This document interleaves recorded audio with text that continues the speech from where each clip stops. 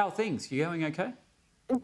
I'm good. All the better for seeing you and finishing my week with you, Kath, that's for sure. But look, I feel like we're the only ones over here who aren't in lockdown, but I guess just a matter of time before the Emperor McGowan sends us back when we have one case over here, probably in the not too distant future, considering people from Victoria are still flocking home. Indeed. Look, I've got a friend in the tourism industry in the Snowy Mountains who said that people rushed out of their hotel to get back to WA before it slammed shut, so watch this space. But Jenna, look, let's cut to the hard politics. A lot of polling data been out there in the last couple of weeks, and I'd like you to unpack some of it for us. Joe Kelly wrote a piece that said pretty much that he thought Albanese had a pathway to the Lodge on the numbers aggregated over April to June. Alan Jones in today's Daily Telegraph wrote a pretty chilling piece analysing state by state and age demographics. How has Scott Morrison turned incumbency into a negative when you've seen a premier in your backyard re-elected resoundingly? Same in Queensland. Both those resource-rich states seem to be turning on the government. Tell me what your thoughts are on that. Yeah, it's really interesting, Kath. I was the same when I picked up the telly today and saw the great Alan Jones write a scathing piece and really break down, I guess, like no one else can in this country, just exactly what the heartland of Australians are sort of feeling.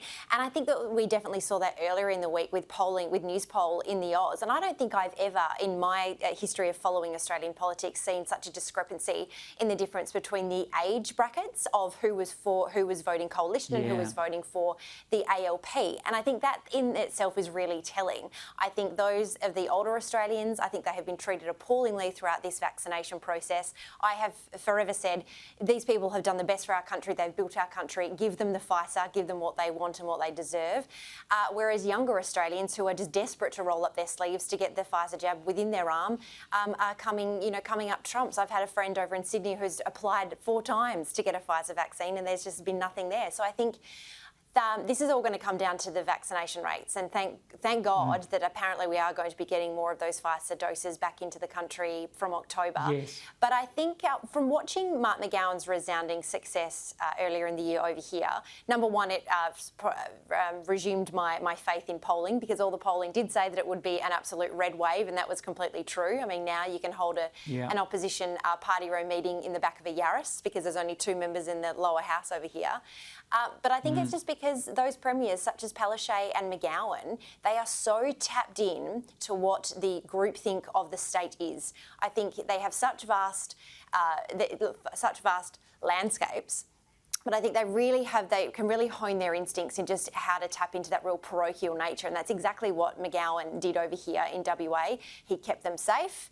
You know, you asked the same about small business owners and how they feel about going into the random 3- and 4-day lockdowns with a minimal financial refund when we have to come out of it. But I think it's going to be interesting to watch the campaign in earnest kick off, because I think what I did learn from watching McGowan's win, the Australian electorate, considering at this time where we have today 12 million of us locked down again, I think it's going to have a really short attention span, because we're just at our wits' end with having our governments in our daily lives now just waiting for press conferences. So I think once the vaccination program gets back on track, I'm not ready to write off ScoMo yet. I think you don't vote out. You don't vote in good opposition, because that's exactly what the opposition are not.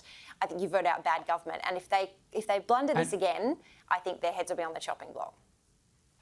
I totally agree with you, Jenna. I'm by no means writing him off, but I do actually recall also that John Howard enjoyed a pretty decent preferred Prime Minister lead over Rudd and went on to lose both the election and his seat.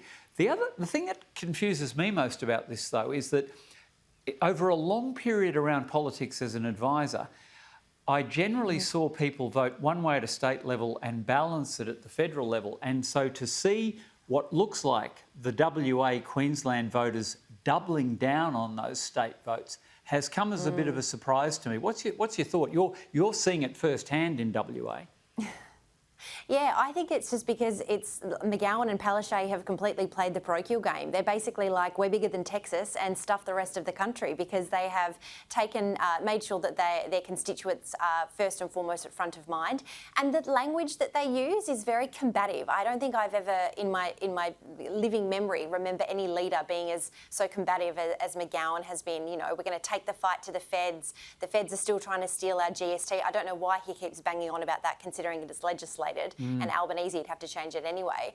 But I think what we're seeing specifically in that 8.6% swing in the polling that we saw in Joe's piece in the Oz earlier in the week, I think that is definitely Mark McGowan magic dust, specifically in those seats of Swan, Pearce and Hasluck, which have been long-held Liberal seats, but I think that given now the way that the ALP campaign will have freedom to run locally led campaigns, I would be on tenterhooks if I were at Liberal HQ right now, because Tim Picton, who is the State Secretary here in WA, he ran a brilliant campaign over here for Mark McGowan and his cohorts, and they will be gunning after those seats pretty bloody hard. So that means that we're going to lose stalwarts such as Christian Porter, Ken Wyatt and the likes from Parliament, which would be devastating, I guess, for the Libs. But also it's going to be really interesting to see just how hard they gun over them, because it's going to be a local grassroots campaign, that's for sure, and it's going to get dirty, and it'll get dirty quick.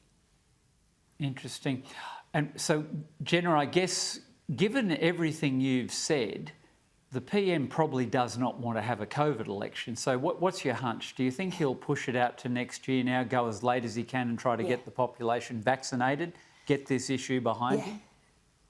Oh, absolutely. I think what he'll do, and it's really interesting what we're seeing. We're seeing him on the PR assault this week, where you've seen him touching base with, very popular commercial radio FM stations, talking about issues that potentially were quite embarrassing for him, or there were stories that he didn't really want to touch, to kind of throw up some curveballs, throw some colour around Scott Morrison and lighten him up. We've seen today's Telegraph, there's a photo of him and his puppy, the family dog, enjoying life in lockdown. So I think this is where the PR assault starts now, to soften the PM's image, because he's a political animal, and I think he has a really he's got a very tough job. I definitely would not want to put my money where his mouth is, that's for sure.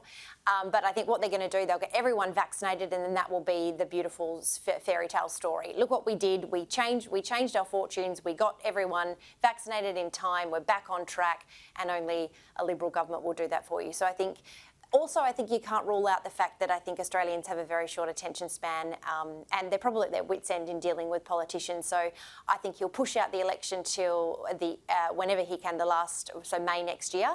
It'll be a very short campaign, and it'll be very simple. We got you vaccinated. We kept the economy afloat. Vote for us.